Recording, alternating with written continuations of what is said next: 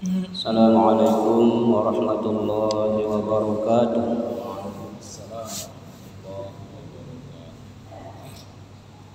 Bismillahirrahmanirrahim. Alhamdulillahi rabbil alamin. Wa bihi nasta'inu ala umuri dunya waddin.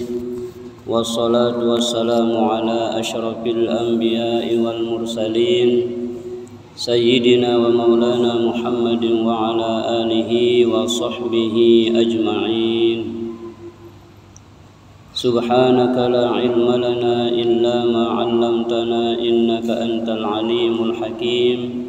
Wa la hawla wa la quwwata illa billahil aliyyil azim. Jamaah salat maghrib Masjid Jami' As-Siddiqi yang dirahmati Allah Subhanahu wa taala. Semoga kita semua senantiasa dalam limpahan rahmat dan kasih sayang Allah Subhanahu wa taala. Setiap detakan jantung, helaan napas, gerak dan langkah kaki kita berharap rahmat dan kasih sayang Allah menyertai setiap gerak dan langkah kita sampai kepada akhir ajal kesempatan hidup kita, menghembuskan napas terakhir. Yang keluar dari lisan kita adalah kalimat tauhid la ilaha illallah Muhammadur Rasulullah sallallahu alaihi wasallam, sebagai pertanda bahwa kita mengakhiri hidup kita dengan husnul khatimah. Amin ya rabbal alamin. Sebagai bentuk kesungguhan kita senantiasa berada di jalan hidayah rahmat Allah, maka setiap hari 17 kali kita memohon hidayah itu selalu ada pada diri kita, karena kita ingin akhir usia kita dalam rangka berzikir kepada Allah Subhanahu wa ta'ala. Maka di dalam Al-Quran ratusan ayat Al-Quran berbicara tentang zikir. Ya, sementara tentang sholat itu sekitar 50 ayat Allah berbicara tentang sholat di dalam Al-Quran. Tapi kalau zikir itu sampai seratusan lebih ayat Al-Quran yang memerintahkan kita untuk berzikir. Apa maksud semua ini? Tidak lain dan tidak bukan adalah mari dalam 24 jam hidup kita harus banyak mengingat Allah. Kalau ada 24 jam, kalaupun tidak bisa semuanya 24 jam itu kita berzikir mengingat Allah, minimal setengah daripada 24 jam itu kita dalam rangka mengingat Allah Subhanahu wa ta'ala. Karena dengan mengingat Allah, insya Allah tidak berani kita macam-macam dalam hidup, tidak berani kita bermaksiat. Ingat kita dengan kisahnya Nabi Yusuf alaihissalam ketika ia ditawari oleh Zulaiha, wahai Yusuf, di istana ini kita berdua saja ini. Raja dan bala tentara, semua orang-orang istana keluar dari istana ini dan kita berdua di sini. Ayolah wahai Yusuf, kata Zulaiha. Ayolah. Dan rayuan maut dilakukan oleh Zulaiha itu, tidak sekedar kata-kata, tapi Zulaiha membuka seluruh kain yang melekat di tubuhnya, ditanggalkan oleh Zulaiha. Jadi godaan yang luar biasa. Namun itu tidak akan datang kedua kalinya. Kesempatan emas tidak akan datang kedua kalinya. Jemaat tarosin dosen. Tapi karena Yusuf alaihissalam seorang nabi, keimanannya itu, zikirnya kepada Allah itu sudah luar biasa, maka bukan Yusuf nggak mau, Tapi Yusuf itu mau melakukan itu, tetapi takutnya kepada Allah lebih besar, sehingga dia mengatakan inni akhafullah. Dia lebih memilih aku takut pada Allah, nggak mau senang sesaat, tapi nyesalnya seumur hidup. Itu kalau orang beriman seperti itu, Pak Ibu. Dia berpikir jauh ke depan, tidak hanya berpikir senang sesaat. Kalau dia mau melakukan itu, tidak ada yang melihat, tidak ada yang menghalangi. Tetapi Yusuf, imannya lah yang menghalangi dia bermaksiat itu. Maka zikrullah itu harus banyak-banyak kita lakukan. Makanya Allah katakan di salah satu firman-Nya, ya ayyuhalladzina amanu dzkurullaha dzikron katsira. Wahai orang beriman.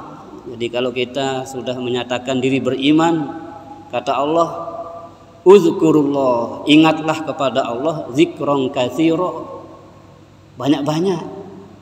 Jangan kentele atas motor, ingat Allah. Jangan kentele balik, ingat Allah. Di kantor, ingat Allah. Bijak tahu tu. Qiyaman wa qu'udan wa ala junubihim. Ya. Nganjang te, tokol te, tinduk te, kita ingat Allah Subhanahu wa ta'ala. Jadi dengan zikir, dengan mengingat Allah Subhanahu wa ta'ala, kita akan senantiasa berada di posisi yang aman. Bagaimanapun ancaman itu menghampiri kita, tapi kita sudah bersama Allah, maka kita akan aman dari ancaman itu. Ingat kita kisahnya Nabi Yunus alaihi salam yang ditelan oleh ikan. Gimana susahnya Yunus di dalam perut ikan. Penjara yang gelap di atas gelap. Kalau penjara LP ini nyaman di situ, tebing nengelor kan. Bahkan kalau yang masuk penjara itu orang-orang hebat, ada AC-nya penjaranya. Tapi ini Yunus masuk penjara perut ikan. Bayangkan Bapak. Tapi ada amalan yang Yunus lakukan, ada zikir yang Yunus lakukan di situ, sehingga susah payahnya berada di dalam perut ikan itu Allah amankan dan selamatkan Yunus itu. Makanya dimanapun kita berada, apapun dan betapapun beratnya masalah kita sudah diberikan cara untuk keluar dari masalah itu oleh Allah Subhanahu wa ta'ala. Makanya bacalah kisah-kisah Nabi terdahulu, bacalah sahabat-sahabat, bacalah kisah-kisah terdahulu itu untuk kita, karena sejarah itu selalu berulang Bapak Ibu. Kalau apa yang telah terjadi di zaman dahulu, mungkin saja kita juga mengalaminya. Makanya Allah tulis kisah-kisah itu, Allah munculkan kisah itu di dalam Al-Quran supaya kita bisa belajar dari situ. Ketika kita mendapatkan masalah seperti itu, beginilah caranya. Apa doa Nabi Yunus di dalam perut ikan itu Bapak Ibu? Apa doanya di situ? La ilaha illa anta subhanaka inni kuntu minadh dhalimin. La ilaha illa anta subhanaka inni kuntu minadh dhalimin. Jadi betapapun beratnya masalah itu, hanya Allah tempat kita memohon pertolongan agar kita keluar dari masalah itu. Ini bisa kita amalkan. Tentunya semua kita pasti punya masalah, dan semua kita ingin keluar dari masalah itu. Maka Allah berikan kita caranya. Bacalah kisah Yunus, apa yang dilakukan Yunus dalam perut ikan itu. Bahkan dikatakan di ayat-ayat sebelumnya di Al-Quran itu, seandainya Yunus tidak bertasbih di situ, maka dia akan berada di perut ikan itu hatta ila yaum yub'atsun, sampai hari kebangkitan, hari kiamat, dia akan berada di dalam perut ikan itu. Luar biasa dahsyatnya amalan ini. La ilaha illa anta subhanaka inni kuntu minadh dhalimin. Grande dapal niki. Jadi sesulit apapun hidup, Allah sudah siapkan solusinya. Dan Allah sudah ajarkan kita bagaimana caranya kita berdoa kepadanya. Nabi Adam juga punya masalah dulu sehingga diusir dari surga, itu diturunkan dari surga ke bumi ini, dipisah dari istri tercintanya Hawa. Apa amalannya? Zikir juga, istighfar juga. Rabbana zalamna anfusana wa illam taghfir lana wa tarhamna lanakunanna minal khasirin. Jadi kisah-kisah semacam ini Bapak Ibu pasti akan berulang dalam kehidupan kita. Kalau kita mengalami seperti tadi umpamanya pisah dengan keluarga, amalkan seperti amalan Adam itu. Maka Adam dengan kehusyuannya berdoa kepada Allah, Rabbana zalamna anfusana, ya, sambil menangis di hadapan Allah Subhanahu wa taala. Bahkan dalam riwayat dikatakan sampai semak belukar tumbuh di sekitar Adam itu karena air matanya yang deras sekali. Ya, sedih ditinggal sang kekasih.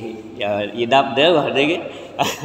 Tebilin si bilin merari si berair mungkin lah tidam ya, jadi dipertemukan akhirnya Adam itu, sehingga dikenallah Jabal, gunung tempat pertemuan Adam dan Hawa itu dengan Jabal Rahmah.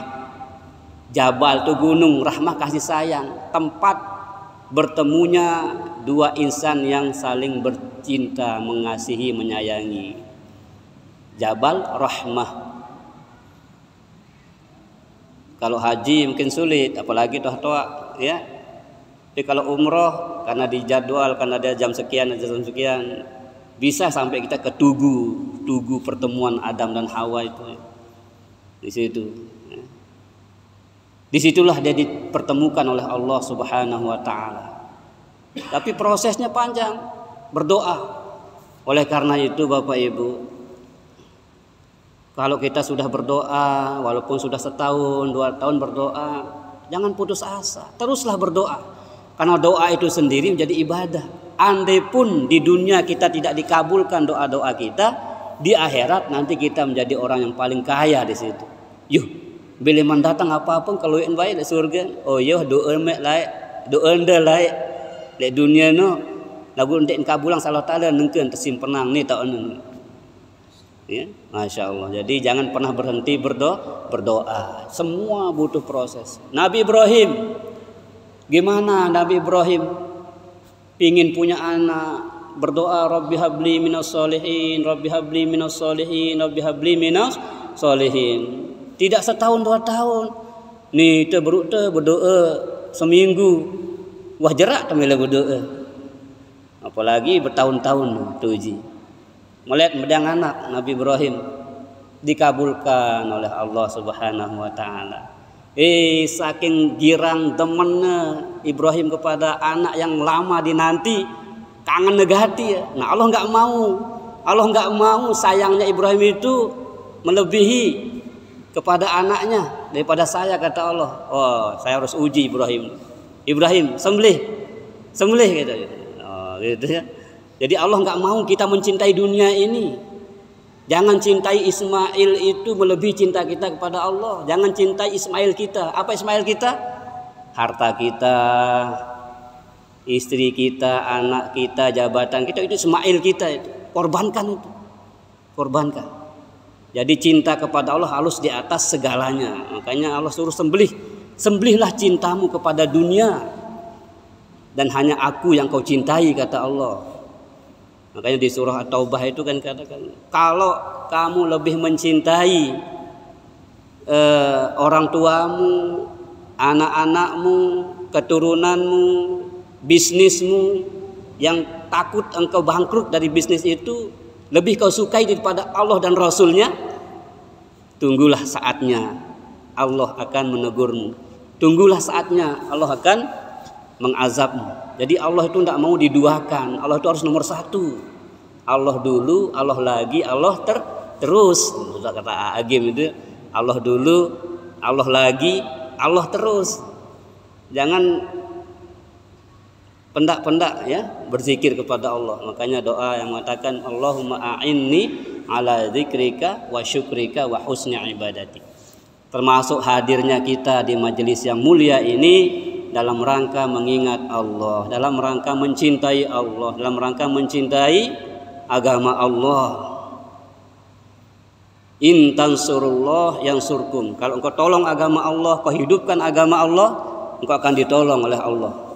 Apapun kesulitanmu, Allah akan permudah kalau kita mau menolong agama Allah. Mau kita hidupkan majelis seperti ini, itu cara kita menolong agama Allah tetap tegak.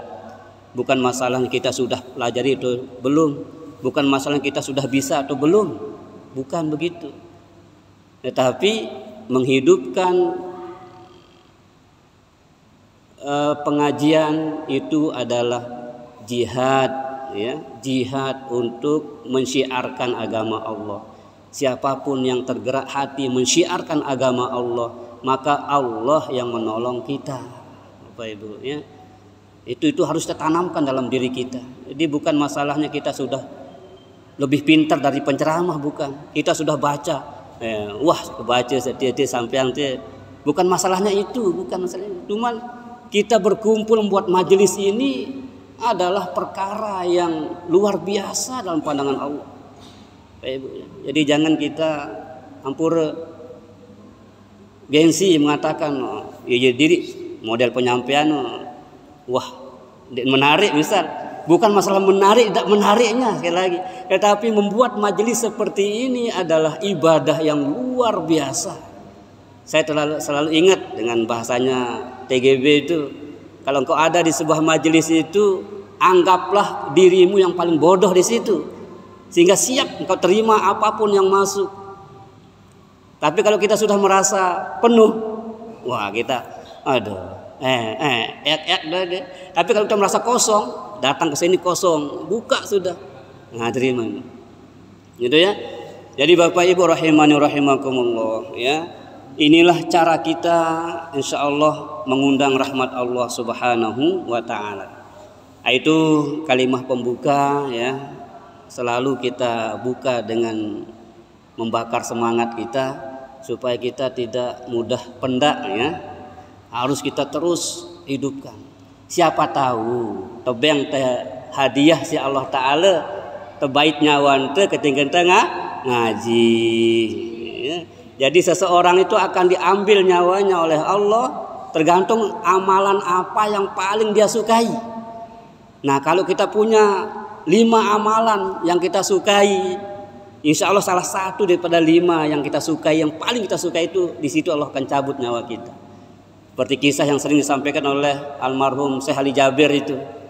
Ada orang yang selalu saf pertama, bilang sembahyang saf pertama doang. Sehingga suatu ketika dia jatuh sakit, kemudian dia sudah tidak mampu jalan sendiri.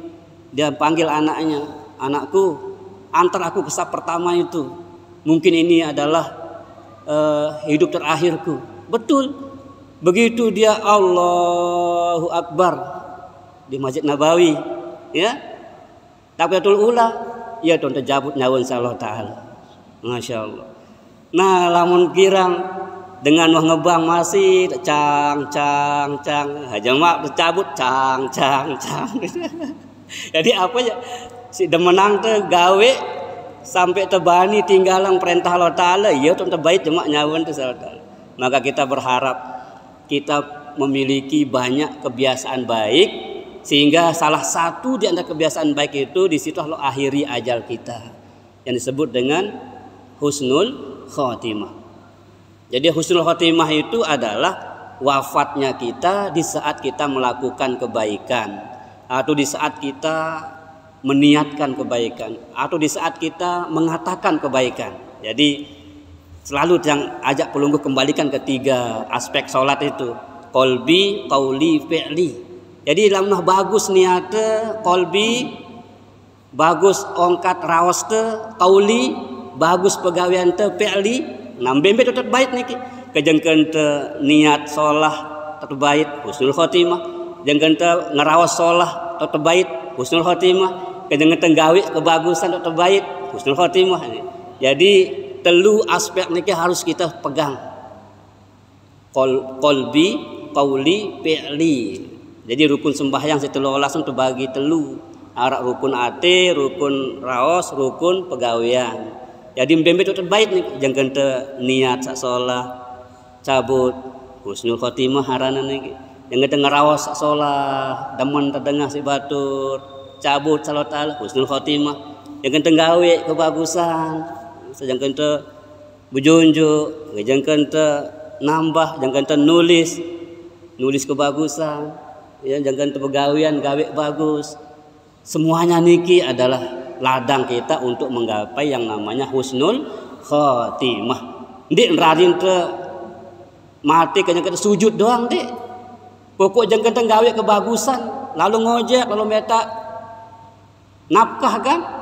Itu juga mati di medan juang, namanya berjuang mencari nafkah yang halal. Itu juga husnul khotimah. Ya. Atau mati di saat kita gotong royong, ya, gotong royong, bangun masjid, bangun madrasah, bangun jembatan, fasilitas umum. Atau yang kita ngerapatang sopo pegawaian sholah, batur ngumbin tante temia anu lete, ampun masyarakat mati jaket rapat juga husnul khotimah. Pokoknya apa sih rawasan sak sholah, apa sih niatan niat sak sholah, apa sih gawe sak sholah, mati husnul khotimah haran niki. Ya, ndik rarin masih buruk niki pas dengan sujud doang. Ya. Misal takdiran mungkin niki. Ya, itu husnul khotimah juga haran. Nah, jadi Bapak Ibu rahimani rahimakumullah, mudah-mudahan kita terus mempersiapkan diri, ya, meraih yang namanya husnul khotimah itu. Nah, mari kita masuk ke materi kita, lanjutkan. Masih terberajah mandi niki, bapak-bapak, ibu-ibu niki. Jadi harus terpelajari mandi niki. Seperti kita wajib mempelajari wudu, wajib juga mempelajari mandi. Wah, bahas rubin hukum mandi no telu macam. Arak sak mubah, arak sak sunnah, arak sak wajib. Nah, sak mubah no baun berubah jadi haram kadang-kadang. Nah, jadi mubah no ya bisa mengarah ke haram, ya. Kapan dia haram mandi itu? Tau naik sekedi mu buiangna kadu mandi. Padahal dia mandi wajib bisa, ya. Jadi kita harus tahu kapan kita boleh menggunakan air secara kalau kita di Lombok mungkin tidak ada keluhan, ya. Ngumbe-ngumbe ke musim kemarau panasnya sampai ndek mau mandi jangan ndek tuah itu di Lombok. Lagu lihat tempat-tempat tertentu kadang-kadang air itu menjadi permusuhan, ya. Karena sulitnya mendapatkan air. Jadi kita harus tahu wudhu ataupun mandi, bagaimana cara menggunakan air dan seterusnya. Nah, sekarang kita bahas masalah masih mandi wajib, Bapak Ibu. Kemarin kita sudah bahas yang menyebabkan wajibnya mandi. Yang namanya wajib mandi wajib itu, kalau kita nggak mandi dosa gitu. Nggak boleh sholat, nggak boleh nyentuh Quran, nggak boleh kita lakukan sholat sebelum kita mandi. Itu namanya mandi wajib. Apa penyebabnya sudah kita bahas kemarin, itu keluar mani, mati atau meninggal dunia, kemudian masuknya kemaluan ke farji wanita walaupun dia sudah meninggal dunia, kemudian haid, ya, nifas dan wiladah. Itu yang menyebabkan wajibnya mandi. Kemudian kemarin juga kita sudah bahas tentang ciri-ciri air mani, ya. Kemudian kalau kita ragu tentang apakah yang keluar itu air mani atau mazi, kita boleh memilih.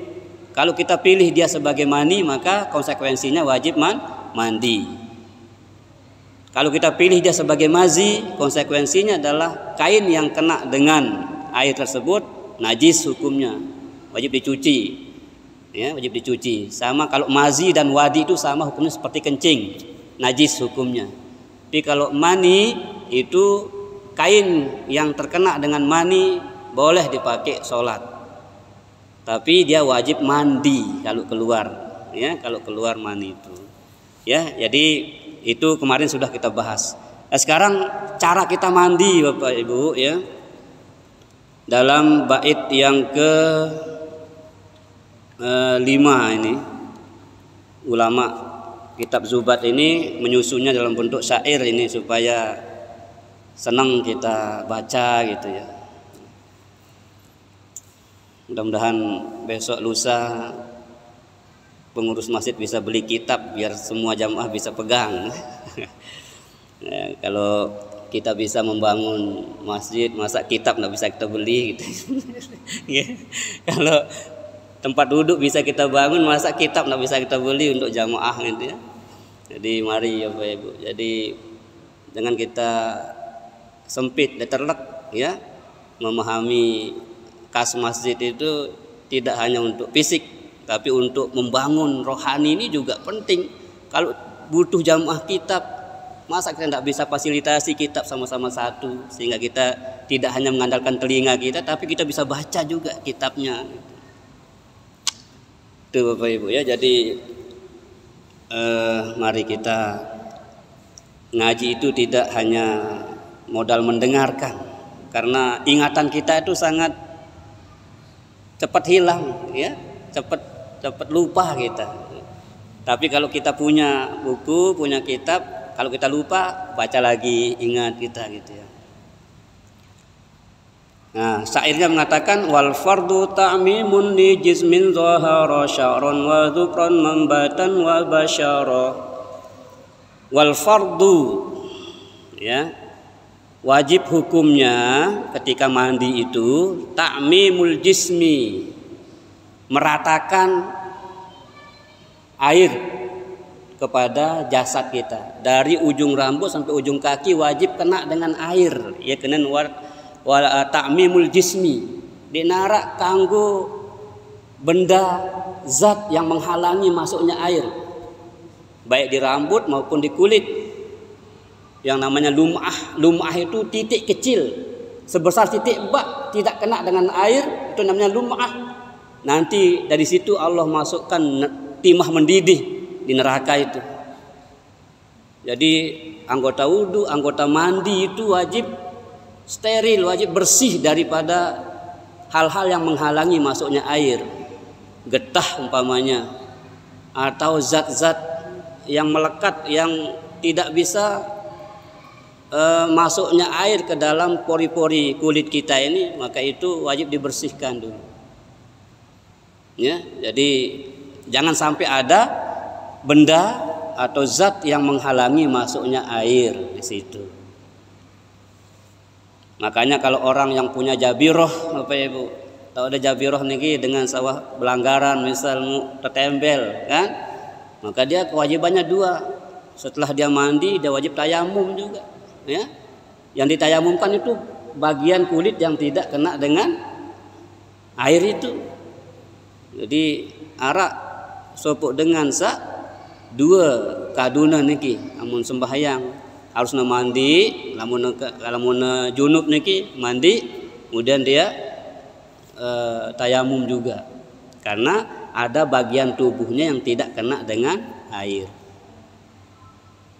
Misal ampura pelanggaran bakat telek anggota wudu tidak bakat terus tempel kan, dia bukan naik langsung jatuh. Maka caranya wudu bagaimana? Basuh yang sehat-sehat ya, kemudian nanti selesai dia basuh kaki, ambil debu, tayamumkan yang tak kena dengan air ini.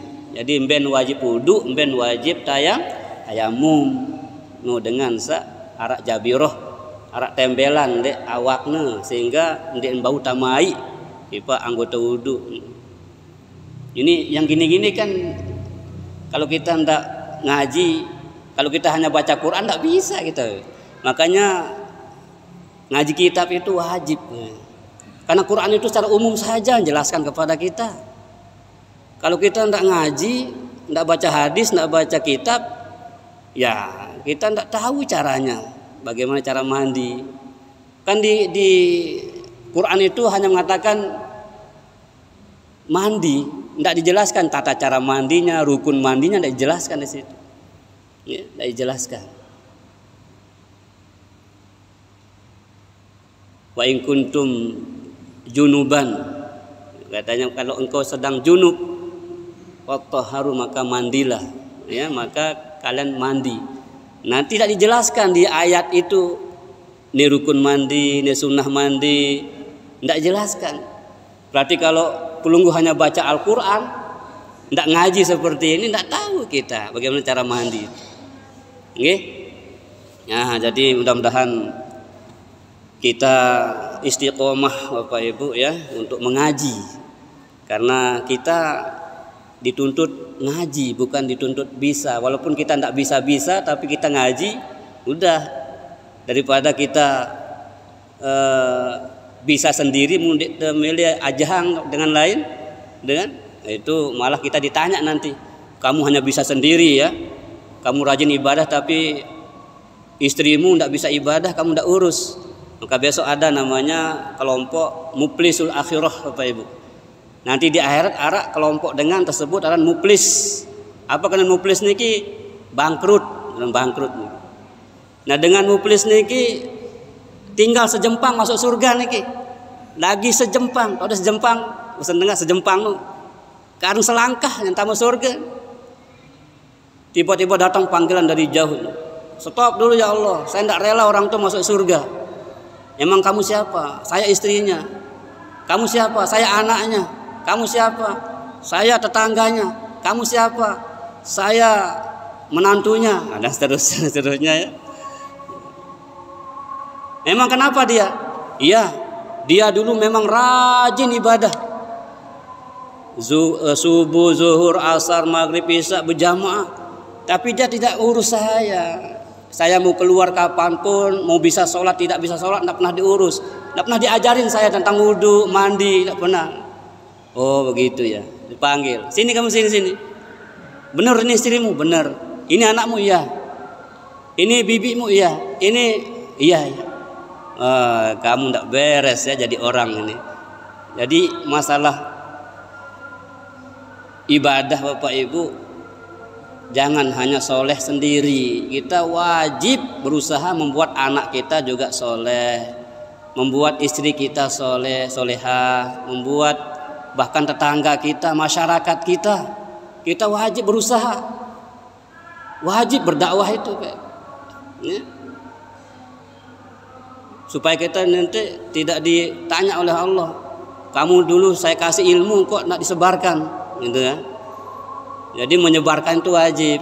Masalah diterima tidak diterima itu bukan urusan kita. Maka kata Nabi di surah Yasin itu kan bahasanya di situ mengatakan wa ma alaina illal balagul mubin. Kewajibanku hanya menyampaikan. Kamu terima atau tidak terserah. Jadi yang penting kita sudah mengajak, menyampaikan. Oke. Jadi wal fardu ta'mimun di jismin zahara. Wajib meratakan dengan air pada badan yang nyata ya, dari ujung rambut sampai ujung kaki. Sya'ron wa zufron mambatan wa basyara, ya,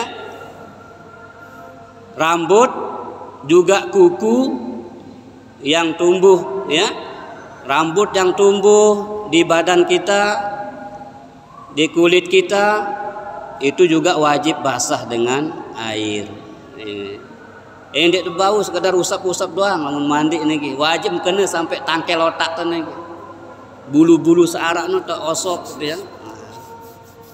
Ya kena na sya'ron wa zufron mambatan wa basyara, ya, wajib diratakan dengan air itu.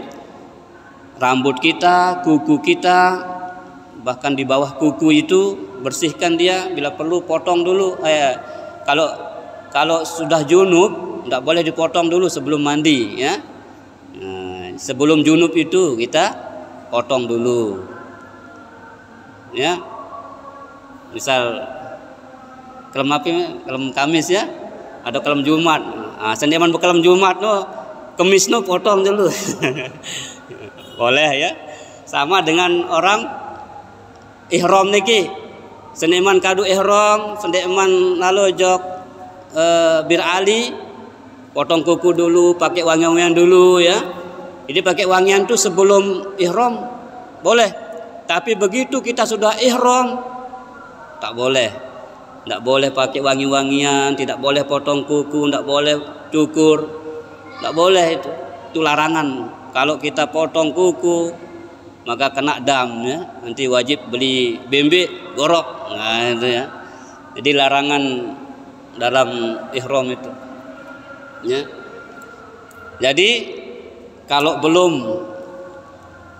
junub itu boleh potong kuku. Ya. Tapi kalau sudah junub jangan dipotong dulu karena harus mandi dulu, ya, mandi dulu. Nah, kuku kita di bawah kuku kemudian rambut ini harus basah, wajib kena, ya, iknan ta'mimul jismi zahara. Wa niyatu bil ibtida'i taranat. Kemudian wajib berniat di saat basuhan pertama. Ya, basuhan pertama. Baitai, ya. Nawaitul ghusla li raf'il hadasil akbar fardhon lillahi ta'ala. Dalam hati, ingat niat itu dalam hati, pekerjaan hati, qalbi. Lamun terucap lapas niat namanya. Hati kita mengatakan sajakku mandi wajib, mandi junub, mandi belik. Karena Allah Ta'ala itu atin ngerawas melaniki. Suara hati itulah namanya niat. Pada mak sembahyang Allahu Akbar. Nu tak terpasang atin kena aku sembahyang padu isya 4 rakaat menurut imam karena Allah Ta'ala. Bar selesai, niat selesai. Kalau usolinya itu nggak wajib. Usolinya itu untuk membimbing hati kita, membimbing niat kita. Ya, walaupun orang tak usoli sah sholatnya. Misal datang langsung Allahu Akbar. Ya. Jadi usolli fardhol isya itu namanya lafzun niyah. Nawaitu sauma ghadin itu lafaz niat namanya. Nawaitul umrata wa ahramtu bihi lillahi ta'ala. Itu lafaz niat namanya. Atin teu sangaraos kana sahajaku umroh beserta ihram karena Allah. Atin teh ngeraos maraknu ya kena niat. Pada marak mandi ini ya atin teh sekena aku mandi wajib karena Allah. Udah atin teh. Adapun nawaitu kata-kata itu namanya lafzun niyah, tidak wajib itu. Ya, itu sunnah kalau menurut Imam Syafi'i sunnah ya. Tapi kalau teman sebelah mengatakan bid'ah itu. Bid'ah usolli kunut itu bid'ah kata teman-teman sebelah nih ya. Nah, kalau kita ya ikut Imam Syafi'i sunnah itu supaya membiasakan hati kita ya. Nah, adapun niat itu adalah suara hati. Jadi hati kita yang bicara mengatakan aku mandi junub karena Allah Ta'ala. Ya, atin tapi bukan ini. Ya. Nah, jadi niat itu adalah dimulai saat kita mulai membasahkan bagian tubuh kita, basuhan pertama itu. Di situ tempat berniat, ya. Ambil nawaitul ghusla. Tapi ati ya, ati.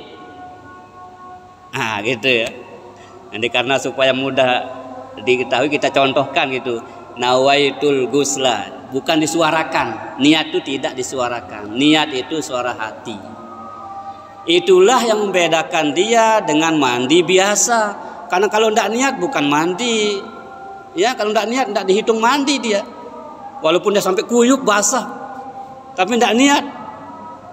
Ketuan senina, wah bi berniat, ndek man, wah gua ke mandi, ndek man aran mandi, lamun ndek mandi berniat. Jadi niat itulah yang menentukan dia menjadi mandi wajib. Nah itulah. Jadi niat itu penting. Timak nu basah kuyup lagu ndek man berniat, ndek man teparan mandi. Ngenu endah timak nu berniat lagu ndek basahang awakna arak ndek kena lumah masa onekno setitik bak tidak kena dengan air, itu dipertanggungjawabkan di akhirat nanti. Dari situlah nanti Allah masukkan timah mendidih. Ya. Nauzubillah min dzalik. Ya.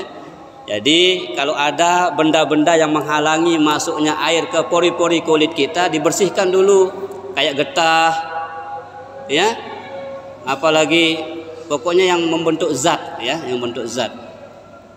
Adapun tinta, ya, kalau tinta itu tidak menutup pori-pori, ya, makanya oleh MUI kan dikasih label halal itu, ya, artinya sah, boleh.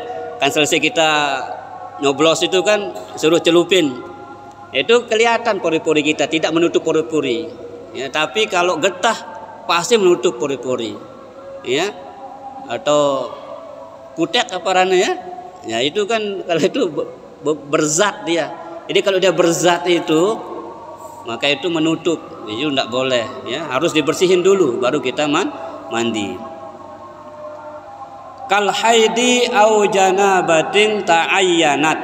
Nah, mandi haid, mandi janabah itu ditentukan dalam niat itu. Ditentukan, mandi apa nih? Oh, mandi junub. Mandi apa nih? Mandi bersih dari haid. Nah, itu tentukan dalam niat kita. Karena dalam niat itu ada 3 macam Bapak Ibu, ya. Ada namanya qasad, ada namanya ta'rad, ada namanya ta'yin, ya. Nah, ini udah lebih dalam lagi nih. Jadi niat itu baru dikatakan niat kalau dia mencakup 3 aspek. 3 aspek niat itu, yang pertama adalah qasad. Kata hati kita mengatakan sengaja saya mandi, sengaja saya sholat, itu namanya qasad. Ta'rad, sholat apa? Fardu kah atau sholat sunnah? Itu namanya ta'rad. Mandi wajib kah atau mandi sunnah? Nah, itu namanya ta'rad. Menyebut fardu atau sunnahnya. Sajakku mandi sunat Jumat, ya. Jadi sajakku itu namanya qasad. Mandi sunat itu namanya ta'rad. Kemudian sunat apa? Jumat. Jumat itu namanya ta'yin. Sajakku mandi wajib junub. Nah, itu junub itu namanya ta'yin. Sajakku sembahyang fardu zuhur. Nah, itu namanya ta'yin. Sajakku sembahyang fardu isya. Isya itu namanya ta'yin. Ndek itu sah karena sajakku sembahyang fardu. Ndek sebut fardu apa? Jadi harus ada qasad, ada ta'rad, ada ta'yin. Baru naran niat niki. Harus mencakup 3 unsur itu. Qasad, ta'rad, ta'yin. Apa kan qasad? Sengaja melakukannya. Apa kan ta'rad? Menyebut apakah sembahyangno fardu atau sunnah. Kemudian ta'yin, sunnah apa? Fardu apa? Oh, fardu isya, oh fardu maghrib, oh fardu asar, oh fardu zuhur, atau oh sunnah qobliyah, sunnah ba'diyah, itu ya, ini ta'yin. Jelas nih Ibu. Jadi dalam niat itu harus ada 3 unsurnya masuk baru bisa sah niatnya. Suara hati kita itu harus 3 unsurnya yang sudah masuk. Qasad, ta'rad, ta'yin. Sahajaku sembahyang, yaran apa? Qasad. Fardu yaran ta'rad. Isya yaran ta'yin. Jadi kata-kata isya itu namanya ta'yin. Adapun 4 rakaat itu tidak wajib, sunnah itu. Otomatis sudah. Kedua isya pasti 4 rakaat, maghrib pasti 3 rakaat. Jadi tidak wajib. Yang wajib disebut wajib hadir dalam niat itu adalah qasad, ta'rad, ta'yin. Aku sengaja sajaku sembahyang, qasad, fardu, ta'rad, isya, ta'yin. Tidak perlu 4 rakaat menghadap kiblat karena Allah Ta'ala. Jadi itu tambahan saja. Jadi yang wajib ini 3. Makanya kalau Imam Syafi'i itu mengatakan begini Pak Ibu, syarat sah sholatnya seseorang itu harus tahu membedakan mana rukun, mana sunnah, Mbesi ndik bau ndik tegawe, mbesi bau te abaikan. Misal enggak ada yang kan bau hadir niat aku sembahyang fardu isya, wah cukup. Tapi kalau enggak ada yang kan bau tama, aku sembahyang fardu, ndik sah niatnya. Jadi ndak sah. Ya, jadi harus tahu mbesi wajib hadir dalam niat itu. Sahaja aku sembahyang, nu wajib dengan kasot fardu, nu wajib hadir nu, ya kena ta'arud, isya ya kena ta'yin. Adapun 4 rakaat menghadap kiblat, nah itu sunnah itu. Boleh dia tidak disebut dalam niat itu. Nah, kalau jadi makmum ada tambahannya mengikuti imam. Nah, itu ya. Jadi kalau makmum wajib berniat sebagai makmum. Kalau imam tidak wajib berniat sebagai imam. Tapi pahalanya sholat sendiri dia imam kalau tidak berniat sebagai imam. Tapi kalau makmum tidak berniat sebagai makmum, tidak sah sholatnya. Mengapa tidak sah? Sholatnya bergantung kepada orang lain, sementara dia tidak niatkan bergantungnya itu kepada orang lain pada imamnya. Itu nyebabnya tidak sah. Yang gini-gini harus Bapak-Ibu kalau ngaji kita tahu aja dia. Okay? Nah, jelas ke? Jadi kalau jadi makmum itu 4 yang wajib hadir. Sahajaku sembahyang, fardu, isya, jari makmum. Ah ya, jari makmum. Tapi kalau imam tidak wajib berniat sebagai imam. Tapi fadilahnya tidak dapat. Nah itu saja sih. Ya, tapi kalau makmum tidak berniat sebagai makmum, tidak sah sholatnya. Mengapa tidak sah? Karena dia bergantung kepada sholatnya imam, tetapi dia tidak berniat menggantungkan sholatnya kepada imam. Tidak berniat mengikuti imam. Nah, ke situ dia nih pembahasannya, ya. Jadi begitu juga niat mandi harus ditakyin. Mandi apa nih? Gitu ya. Sahajaku mandi wajib karena junub, sahajaku mandi wajib bersih atau haid, sahajaku mandi bersih nifas. Jadi ditentukan, itu namanya ta'yin. Nah, ya kena syair niki kal haidi au janabatin ta'ayyanat. Nah, ya yang kata juluk niki ya kedik-kedik. Jadi mudah-mudahan ibu-ibu ngerti sih insyaallah ya. Nah, jadi mudah-mudahan Bapak Ibu kita istiqomah nggih. Cukup ya. Kalau ada pertanyaan kita cukupkan dan kita berdoa ya. Mudah-mudahan majelis kita ini diridhoi oleh Allah Subhanahu wa taala. Majelis kita ini dapat mengundang rahmat kasih sayang Allah turun di kampung halaman kita masing-masing. Karangkelok sebagai tuan rumah, Karanganyar yang datang sebagai tamu Allah, Ampenan ya luar biasa, dari Ampenan datang ya, luar biasa. Jangan mau kalah dengan orang jauh ya, mari kita yang berada di sini ya lebih semangat. Nah ini jadi mimpi kita ya, mimpi dulu piran jagan bau padat bawa atas kita ngaji ini. Ya, kita berdoa ya mudah-mudahan piran jaga. Mungkin di zaman itu tidak bau, mungkin di anak-anak kita nanti meneruskan dakwah ini terus sampai semai bangun 3 lantai lagi asidiki ini kan, karena di semai ngaji gitu ya. Mudah-mudahan ya. Amin ya rabbal alamin. Mana-mana temu pahala berdoa gitu, timah tendek jahit ya zaman samarakno niki ya. Wallahu a'lamu bissawab. Allah taala doang sawikan sak paling kena ilmu lamun narasikeun napi si rausin tel majelis niki datang dari Allah Subhanahu wa taala. Kalau dia salah keliru kita mohon ampun. Kemudian kita istiqomah untuk mempelajari agama ini agar kita bisa beramal ibadah sesuai dengan tuntunan Allah dan Rasulnya melalui penjelasan para ulama kita dalam kitab-kitab yang diwariskan kepada kita untuk dipelajari. Amin ya rabbal alamin. A'udzu billahi minasyaitonir rajim. Bismillahirrahmanirrahim. Alhamdulillahi rabbil alamin. Wassalatu wassalamu ala asyrafil anbiya'i wal mursalin sayyidina wa maulana Muhammadin wa ala alihi wa sahbihi ajma'in. Allahumma inna nas'aluka hubbak, ya Allah kami memohon cintamu, wa hubba ma yuhibbuk, dan cintanya orang-orang beriman yang mencintaimu ya Allah, wal amalul ladzi yuqarribuna ila hubbik, jadikan kami selalu mencintai, menyukai amal perbuatan yang dapat mendekatkan kami kepada cintamu. Radina billahi rabba, kami ridho engkau sebagai Tuhan kami ya Allah, kami ridho semua takdirmu kepada kami ya Allah.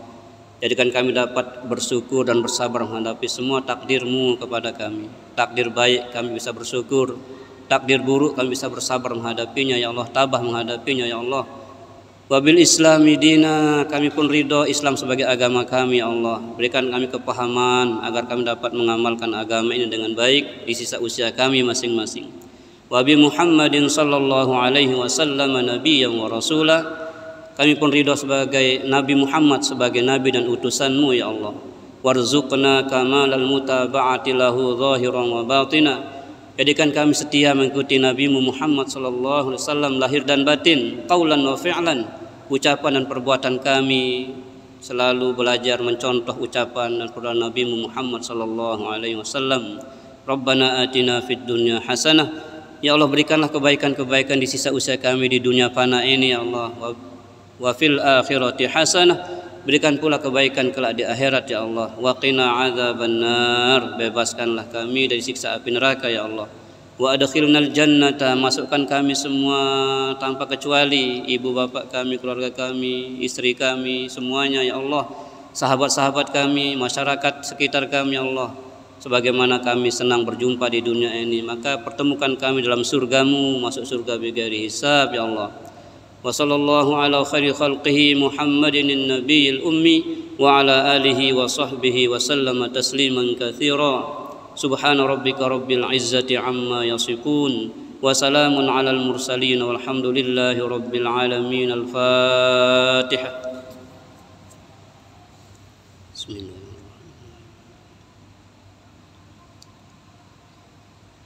Melalui majelis yang mulia ini pula kita doakan orang tua kita, sahabat kita, keluarga kita yang saat ini masih di Madinah ya. Masih di Madinah, ada yang sedang perjalanan pulang, ada yang sudah sampai tanah air. Mudah-mudahan mereka semua yang telah menunaikan rukun Islam yang kelima, Allah berikan hadiah istimewa berupa haji, hajjah yang mabrur-mabrurah, dan kita yang mendoakannya mudah-mudahan tahun berikutnya, kesempatan berikutnya kita mendapatkan panggilan Allah Subhanahu wa taala. Minimal satu kali seumur hidup kita pernah berada di depan Ka'bah, berada di rumah Rasulullah, di Raudhah, di Masjid Nabawi, dan di tempat-tempat yang mulia di Mekah, Madinah Al-Munawwarah. Al-Fatihah. Bismillah.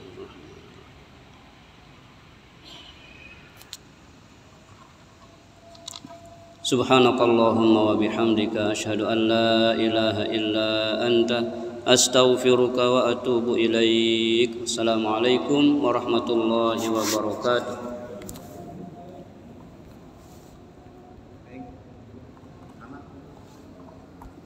Tamat.